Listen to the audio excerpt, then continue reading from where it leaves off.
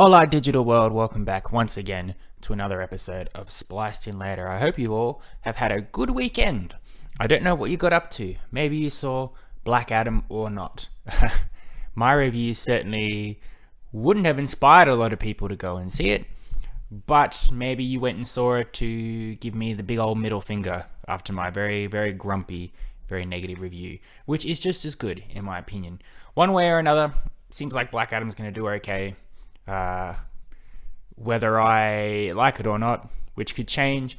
I was talking to a friend recently about how I had the exact same reaction to Hellboy 2019, and then when I rewatched it on the old home media, I went, this might actually be the greatest movie I've ever seen.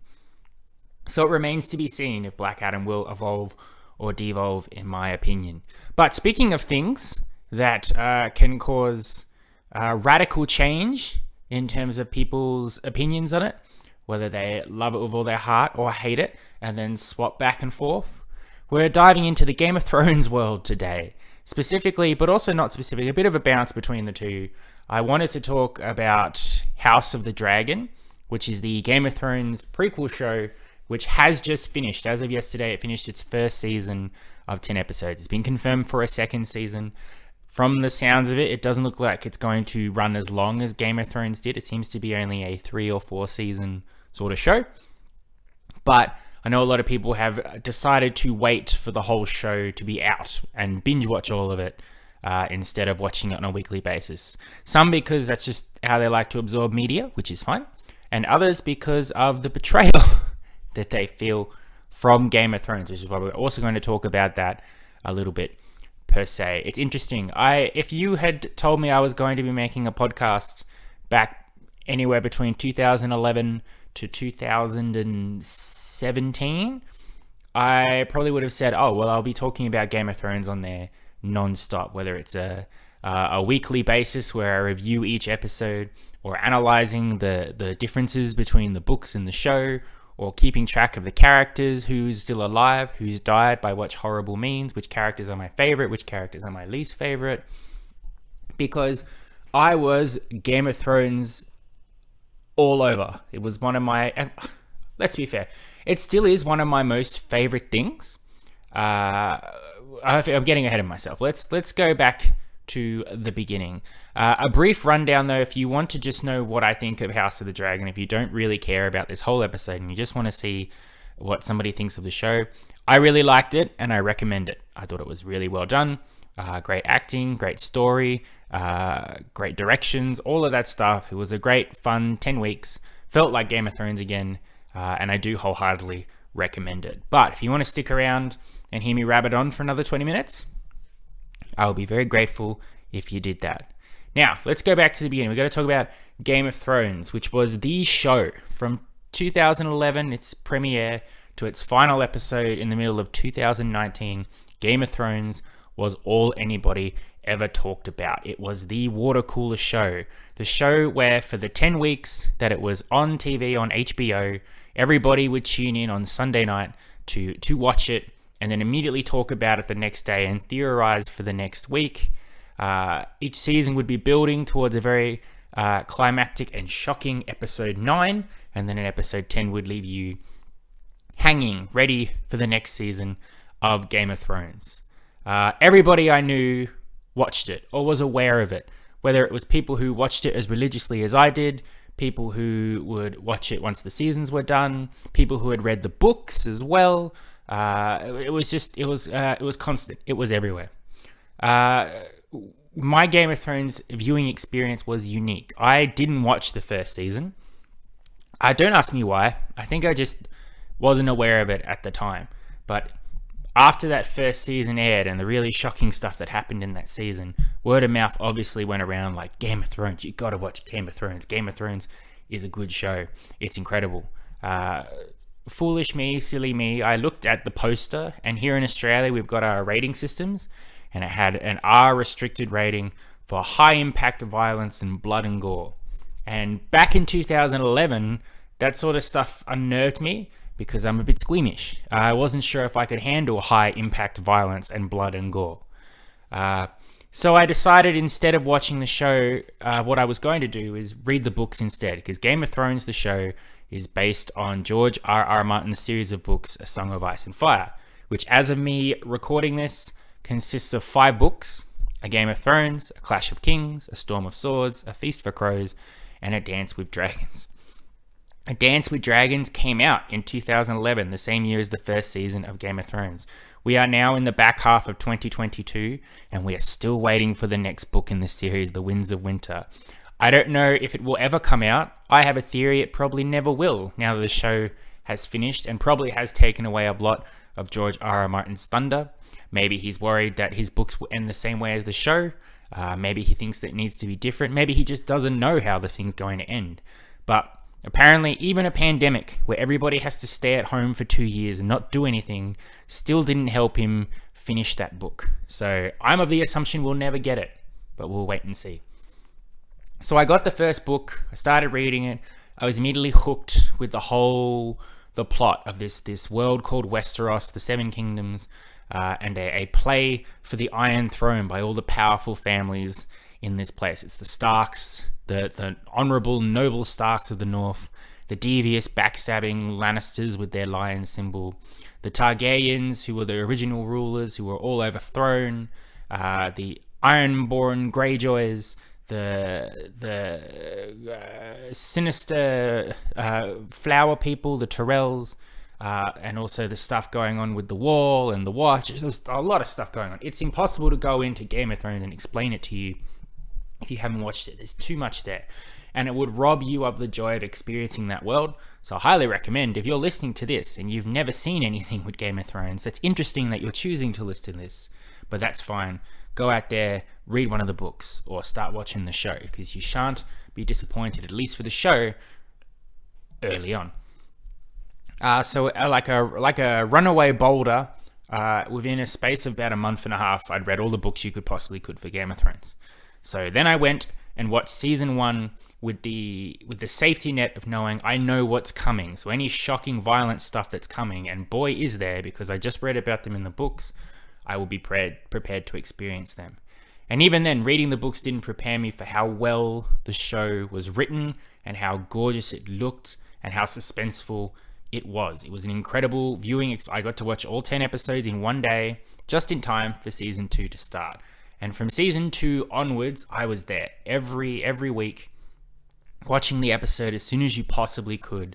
And when I really get into a show, I really get into it. I analyze all parts of it without spoiling myself. I do really hard to do this without finding out where the show is going. Every now and then the show would do something that was different from the books, which I would appreciate, because then I got to go, oh my god, I wasn't expecting that. But I linked up where characters were, which actors played characters, which ones were alive, which were dead. I had my own little chart that I updated every week just to keep track of all the little side characters and to see if they would ever pop up for more than 2 episodes at a time. And this is how it was for the whole Game of Thrones run, regardless of how much I was enjoying it or the quality. It's how I approached it. I went on a couple of overseas trips to England during the 4th and 5th seasons, and no matter where I was in England, Scotland, went to Switzerland for a bit, I made sure to stop whatever I was doing to watch the new Game of Thrones. That's how into it I was. And everywhere I've worked has always, whatever team I've worked with, we've always just all talked about Game of Thrones and all wondered where it was going to go. Which everybody felt.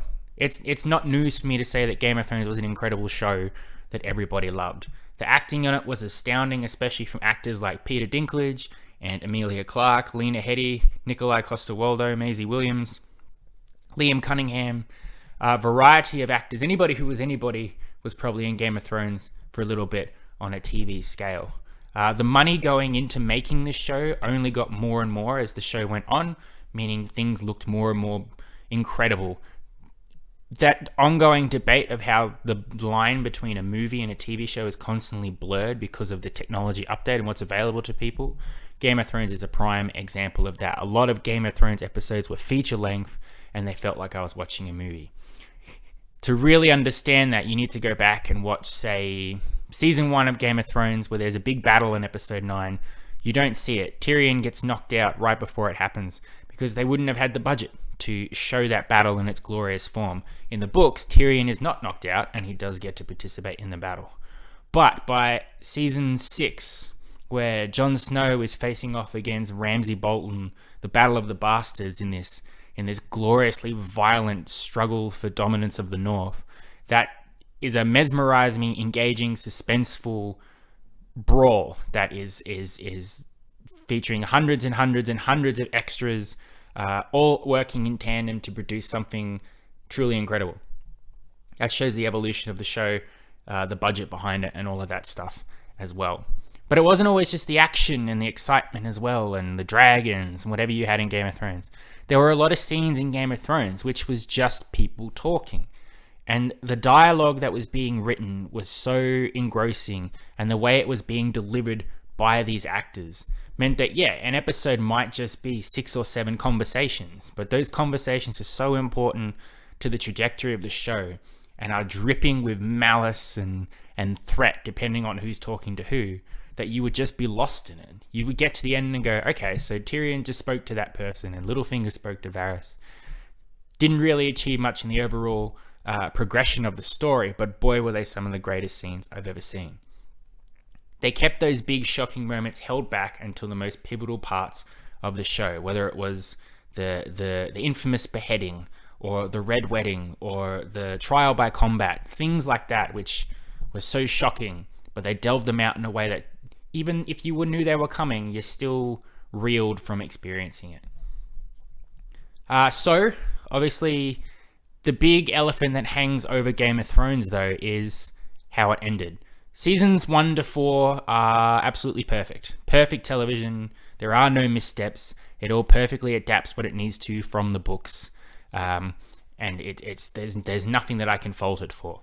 From season 5 onwards, the quality started to dip. Now, you could argue that was for a number of reasons.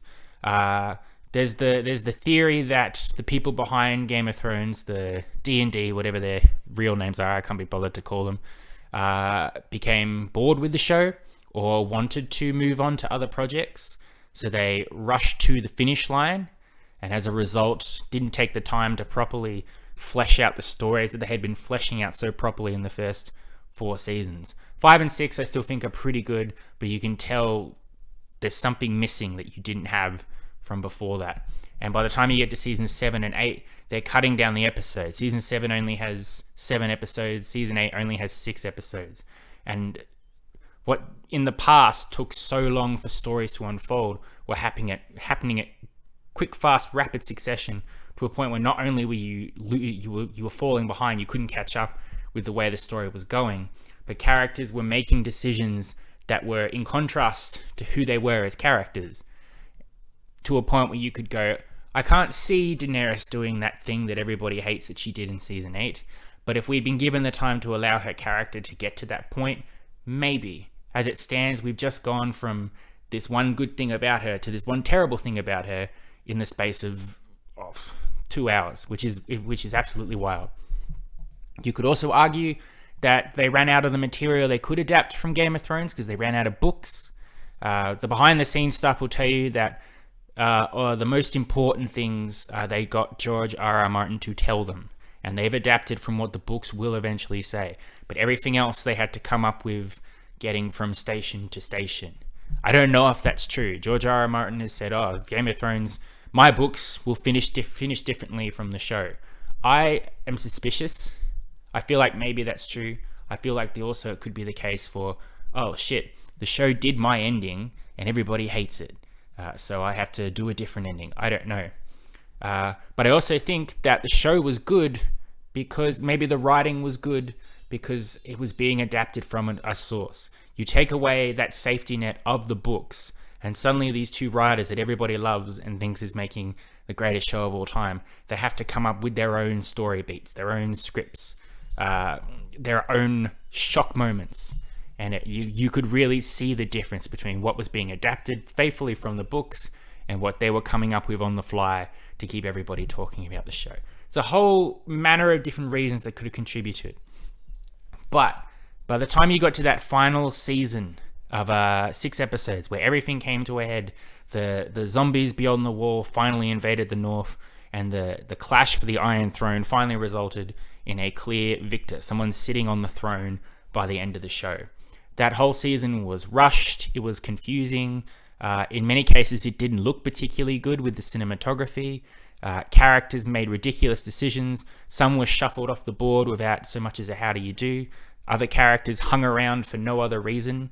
To a point where by the end, the actual decision, the final episode that revealed how the show will end and where all our favorite characters will be, was very, very poorly received. I went through a range of emotions watching that whole season. Right up until that last episode, I have fought everybody who was talking to me about it. I said, it's okay. It may not be as good as it was, but they have a plan, and I'm sure they're not going to do all these stupid things that you keep telling me are going to happen.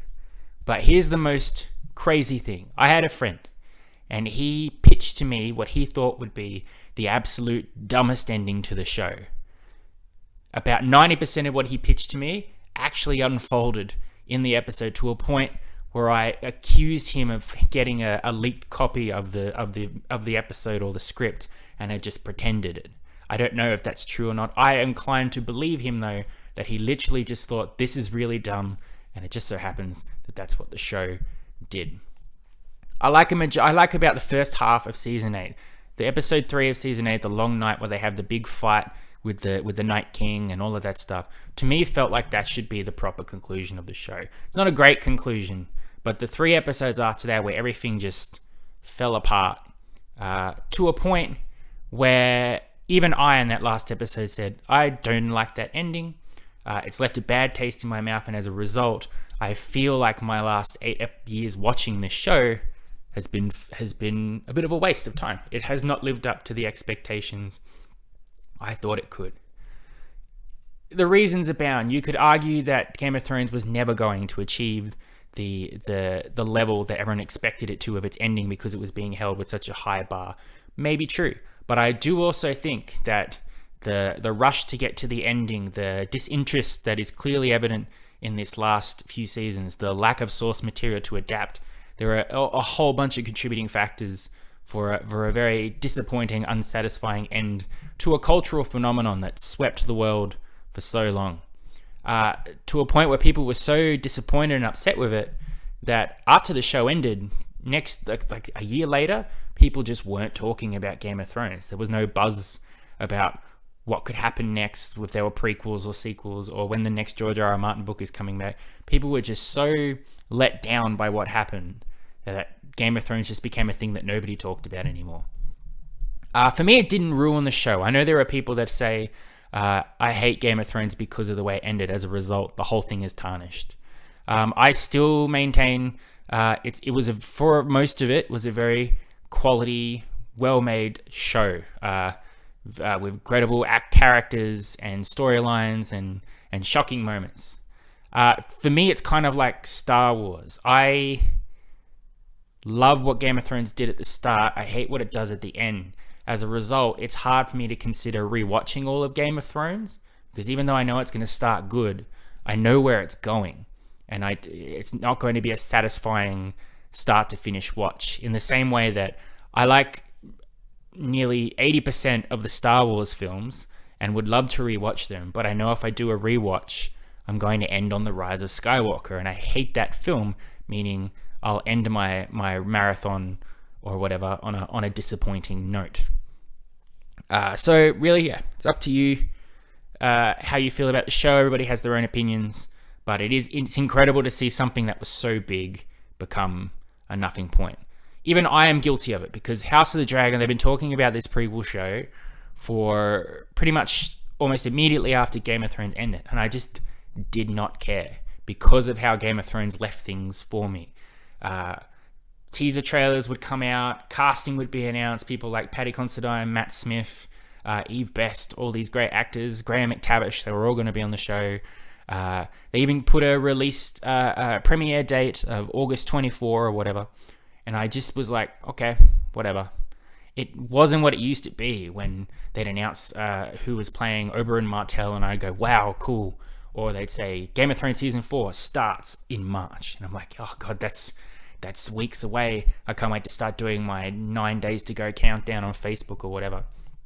House of the Dragon was coming up, and I'm just like, I know when it's going to be on, and I know I'm going to watch it because I watch everything, but there's no anticipation, there's no excitement. And that's me. Somebody who will watch everything. Even then, I was like, I'll watch it when I watch it. Don't really care. There are people I know that actively refuse to watch House of the Dragon because of how Game of Thrones left them. And that's completely understandable. I agree wholeheartedly. It's hard to come back from that sort of betrayal. But what we're doing here today is it is a recommendation for House of the Dragon. I watched the first episode and I went, okay, cool, interesting. I made a decision. It's adapted from another book George R.R. Martin has written called Fire and Blood.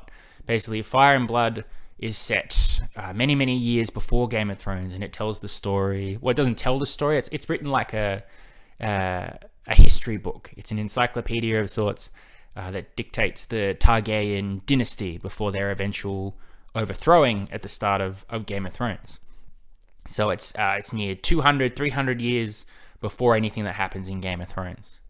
But I decided I won't read that book. I wanted to have a different approach to the show. When I watched Game of Thrones, I knew everything that was going to happen. So I still got the suspense of things like the Red Wedding, but it was more impending dread. I knew what was going to happen, and I was reacting to seeing this play out in front of me and knowing how bad things were going to get. And then the joy of seeing people who didn't know it was coming, see how they reacted to it. With this one, I don't know anything. I mean, they're going on about the Targaryen dynasty in Game of Thrones books all the time, but there's so many names, and they all have the same names. I've never been able to keep track of what any of it means. They've talked about the Dance of Dragons. Couldn't tell you what that actually means. So I thought, okay, I'm going to approach this show not knowing what's going to happen. So I get that shock value. When shocking things happen, I get to go, oh shit. Which I'm enjoying. For the final episode had an oh shit moment, and I sort of knew what might happen, but I got that experience of going, will it unfold as I expect it to, or will something different happen, which is pretty good.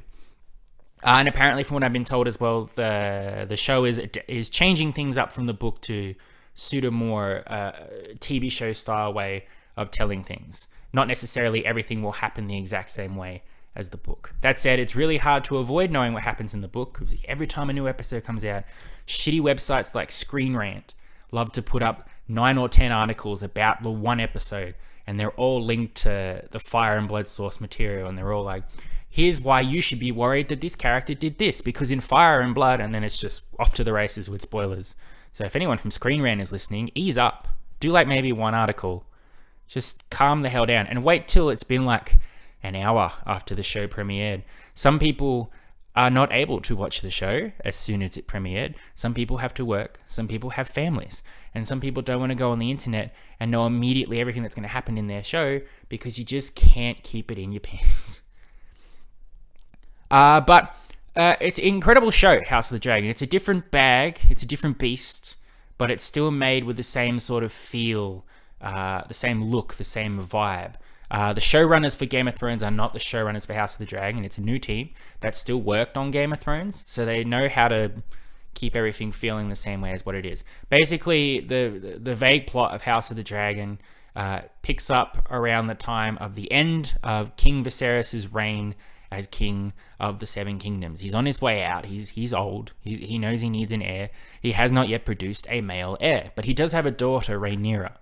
So against the advice and of his advisors and years of Westeros history, even the fact that he himself is only king because he was named so by his cousin, who also didn't have a male heir, but decided to pass over his daughter for the next living male heir line, whatever. Viserys is the opposite and says, Rhaenyra is going to be my heir. And from the moment he does that, everybody is constantly pushing against him for that. But he does end up marrying Rhaenyra's best friend, Alicent Hightower. Through her, he does end up producing male heirs after Rhaenyra has been named the heir. And it's all Game of Thrones style political intrigue, who will get the throne after Viserys dies, who's allied with who. In the mix of it all is Viserys's shitty, devious brother Daemon, played by Matt Smith, who constantly wants to hook up with his niece, which all those people out there that are shipping that ain't right. Back up a bit. But he's a complete wild card. He'll murder and kill and do whatever he needs to do to acquire power. The one season alone covers about 20, 30 years of this time. So everybody ages up. A few actors are recast to match their ages. But the acting, the casting and all that, spot on. Every actor who takes over a role from another actor doesn't feel like a completely different character. Everybody manages to make that character feel the same regardless of who's playing them at a certain age. As a result of covering so much time, a lot happens. I was going back and rewatching some older episodes before doing this, and it's amazing looking at a character like Daemon Targaryen, what he does in the first couple episodes. Like, there's an episode where he faces an entire army by himself, and then where he is in that final episode where things with the Targaryen civil war are really starting to kick off. Same with Rhaenyra and Alicent and all these other characters around them. They go through a lot in the course of 10 episodes. But it's really, really good television. Again, Game of Thrones, even with its bad ending, was always counted on for reliable, entertaining viewing.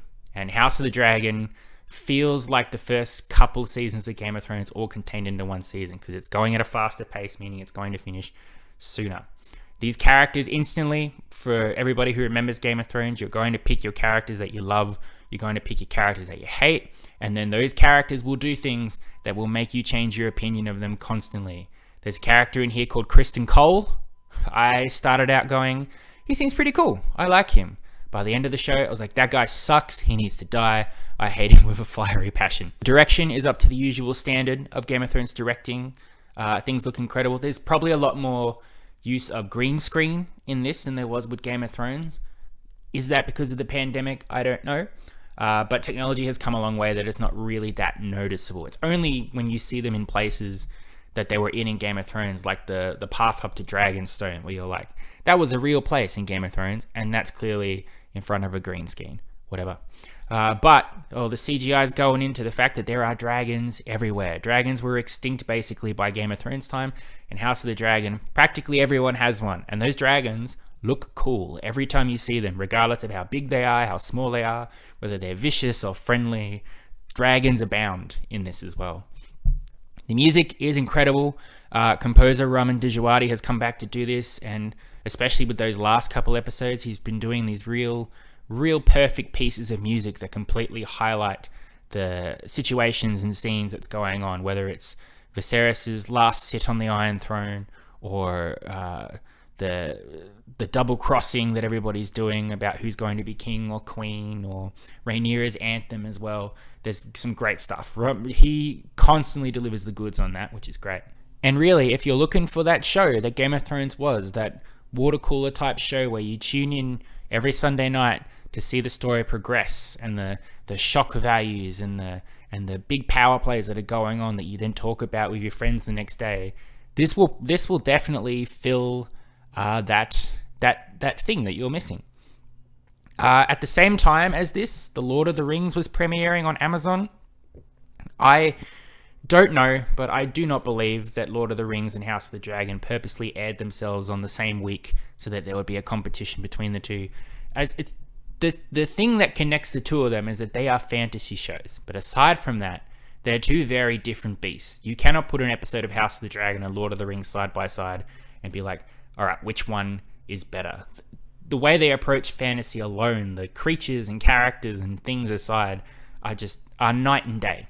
So don't be one of those people that compares them and says, all right, this one's better than the other.